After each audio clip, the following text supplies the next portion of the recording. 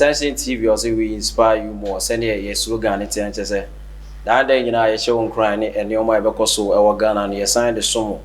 A church in which out to me who ni tea, Nesser and then a bassa, send a bay to me, and ya a moon to the moon, and you pay it also what to me at Retrimu at home. And to do a YouTube page and I am not subscribe it. Now face what to me I share, I'm a nipa baby, to me and yabi. O my tea now feel more to me I share, and your my echo so our mind Ghana. And also and some why they ever some more. Media am just so Franco Ku Asante. Now I know and some no the Dimo Coteno, a be and say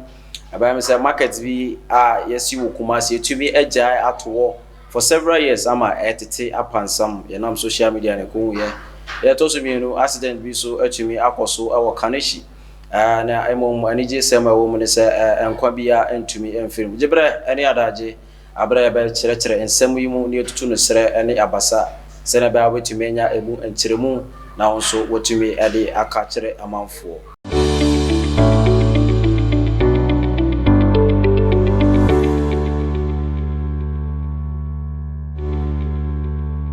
Bre any other and I would now TV a day a year. One gas our queen and if you relax here, so Babity a year attention TV news. I ne ekoso o my Ghana and yoma etwago no eno ene ye de esomo na ye nam social media ne ko hu pictures bi a ye chese market bi a omampani dada wo twom ko omampani kufuo esi ye Kumase empotem ho ba bi ema na ogusu a wo ye dwuma ne tu hwe se ne market ne ti a chese akone ni ma nke etwa se yetumi ebo ano ana fe yetumi ewie no krakra. But share send a market na ya atete pansam ewo ye baabi a esi no na Ghana ha no ma me say we enya first thing ade ba ko a ma oman etumi retarded ana say etumi gina baabi a gina entumi nko nanimo ma enoma nyina etumi tete pansam na enkrofo bebre a start yes a big campaign say fix the country na to the bia wo say etumi say enoma bi wa enkoyi ewo man Ghana mu a etwa say etumi eka epapa mu epopo mu ayudwa mani pa nyina hu se ampa enema bi wa enkoyi enti yehwe market yi se ne yete na market yi enya first project nko a aye omampani na sa mampani fo ibira atwam ko a start ya yentumi wie bebre da affordable houses e bae bebre wono ma yetumi si nemo yetumi agya agu ewura mu mi wa so nipa ati oman Ghana ma omunya babi enna omunya babi inform tinto omunya babi entumi enkobo mu adwa ene ade Ghana for to bisa ensem bisa enti empanifo eto da bia mutumi dwen ho sa question no bebre na to bisa ama nkofo ibre etumi di ho abobo se amampanifo etumi adwen ho a na nka enoma empanifo da betwam kono omoye no awofro so bank omo so betoa so na ye hu se oman we no ba bia ye dunu na se democracy ne abem se empanifo no me hu se ne omo tie ase fo isan se ba ko ba na so ba ye adwuma na du ba bia isan se ba ko na oba beto aso no enye ono ne party ne teso nti no e ba ne sa no moja enema na se enema a otwa se nka omo to aso na etumi efe na e hye oman ne nunyam ne impuntu e wo se ba no etumi ba ne sa no omo nya ne sa omo ja ne nyina agu o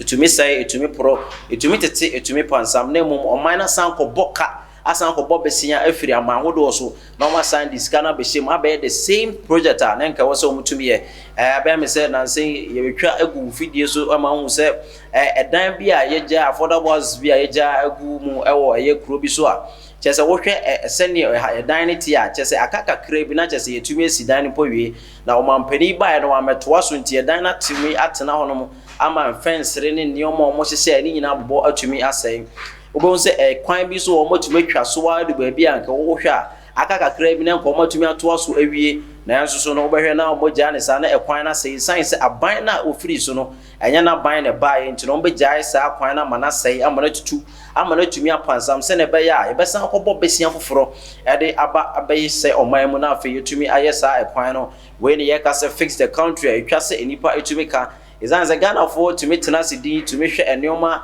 ehwe se ne ebobo bane se ne ekɔ no mutumi hwa na abrabɔ no ba bi eduru no na se enoma we nyina tumi gija enoma we nyina tumi ese ya na etwa se yetumi ka se fix the country and point ehwe market ya etwagu ya etumi se market yetumi esia asisi blocks nyina etumi ato akosoro empodu ba bi e roofing dade nyina mpo guso a na nka aka de aka ne se nka ebetwa plaster na afo yetumi etwa painting oko eye marketer anaso oko Kumasi ya otumu se bebre na gu abonten bebre na egu wono ma che se omo di edwa o eye street so omo gu wono ma dane dan yina omo ton ade wo street so bebre na mpo etumi efam ewu akwanhia wo ni nioma bebre etumi si esanse bi motete ekwan ho ade nti esanse market no eto de bia na emu ache na emusa a enka Kumasi market ye yesi ya yetumi agya agu ewura be over 14 years ni a eye omampani dada kufuo sorry so a nanka afoforo eba beto aso John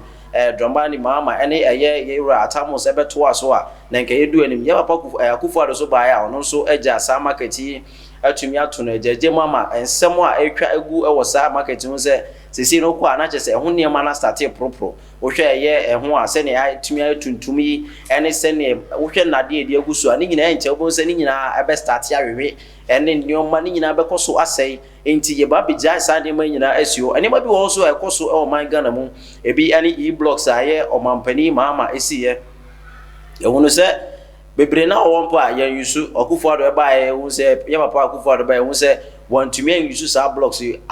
obetumi yusu sa blocks ama enkrofo bebre a omo ti duase etumi se schools bi omo ti duase no musua de omusua de ne sa na yusu top e wo se omo pon class ebi so aba bi omo te na nkasa na omo te form e na omo de block ato e na omo chro so enti no ya na Ghana for to media bobo etumi dadwen na omo tumu se duba bia na omo tumi bi so omo se oman penifo omo dwen ye oman Ghana ho a na nkomba dwen ba bia e wo se yenso yekọ ba bia wo se yefa ba bia wo se oman microphone na omo timu no ye mpuntuo ene ya sede se ne fata e wo se yedu bo se gates na de ade nyina sai ebi okwa na nka gata ne tumi aye aduru ba bi aye betumi aye atoa so omo ansuo tumi atene afom fefefe na nka kogu eye gata kese mu na nso so no esan se aban na o hya ase no afiri so ntino de oba no onye saa ade no esan se enye na ban ne wo so oye na otoa so na aye fa ya be kan fo say oh we na start here we na sha ase we na dikosi ya ntino oba na obeto aso no aye o my Ghana de ne ntumi enka ne sa ntino obi ase onye we ya market ba ko a etwagu pa e wo Kumasi mpotema ye de esom se enema bi wo wa na etwase emperifo tenase na enema bi wo na se projects bi wo na se mo bekoso ato aso a motumi aye no motumi aye ne wo hwe o my Ghana ma ye bre pa e fa enema ba bi a ye da e fa ba bi a tese enema ebre wo a etumi hia e pa entino e wo se Ghana fo na se emperifo ekoso no mani etumi ekọ market na afa motumi siesie na enema nyina etumi ekọ senia ese na e fata na bi a ye fe senia ya hye na afa no entumi hu se ampa market ye be ya brane a enipa bebre be ba mu aba bedidwa so on bedidwa de di kan ne se on ba beje tax on mo beje tax ya ni nyina be ko aban botom e ko ne futuo mu so o de be ye o man ni enti nka we nyina ne nka amampanifo ne edwen na afi no omotumi edi ne matoto akwan so na afi motumi ma projects aye o Ghana nyina etumi aba na afi ni nyina aba be fa na nka sika kro na abesan aba begu eye amampanifo ebotomu na omotumi edi aye adwuma edi abo o man Ghana enti we eye the pictures are and nam eye tafo anase ye ko Kumasi hono no ye ko hu eye pictures we mo a etwagu e social media ye free ensem na se ye to aso a ye akwanhia bi atumi asi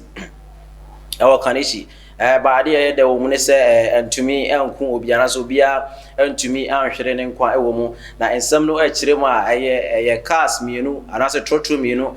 wole hane ko ya grofo ya wa hwa na se omo pe eye nkrofo dan nyina de chie na se ye pie ekọ enwuma so sana de ebedi eno anti ne ekọ brenti no wo hwa mate fo aye wa driver fo aye wa de prenipa esan se nya nipa dodo a izika mbe edu enti wole ya na we se me na meko enti na cars me no Hyundai H100 Hyundai Grace H100 omo me no enti ni na the same cars a baba ko na ba ko green enti no ba ne se apere we se me na meko we se we me na me fa no anase passenger we me na me fa no enti no mo di mirika tente e wo kwan ne so we gina se o fa na ba ko no twam o di mirika sa no na nyame amfa fie a wo de ko wura ye dokunu wura bi akachi anase ba bi a oton dokunu no etumi dwere ga ne ma nyina e bi se fix the country na fe ne bi brutal access ne ma wo man bo ahwe dokunu wura enioma wabobɔ anase na pata wabɔ si wo se wo de ton dokunu akɔdwira gu yi na che se fix the country ha na wo se starting the first sign say sa apata ya gu yi ebe ma maame ya tena fie a komo eba bede no enti watumi adwiri apata na gu na de de ne se na maame no wa ma sa da no na wonya ma enti no owuo bia ntumi ampim wo ne momo enioma kakra na atumi asai enti wei ane ensem a ye de eba besom wo Attention TV wonko so amohwe Attention TV na dan dan yina no momfa mo video ento a wo subscribe ya na otumi ahia ma bi mu so anya bi wo pese ye bo obi bia on de wuro ma se ye dwadie se ye den a ebetumi abon de wuro ma se ne be ya dan dan yina wonioma no betumi edu akiri na enipa bebere atumi enya eho asem amotumi aka motumi ahwe na afo motumi abidwa ewo ho no mo enti ha ene de kase bonya shi na mishira na afi so no na mishira kofa bae ye papa Eric Prophet Ankasa Eric entry ono do kofa station by na mishira na afi producers and afi cameraman na me enshira mo se mo boy chiri dom na afi dan de yina de sompai ebe som yahefo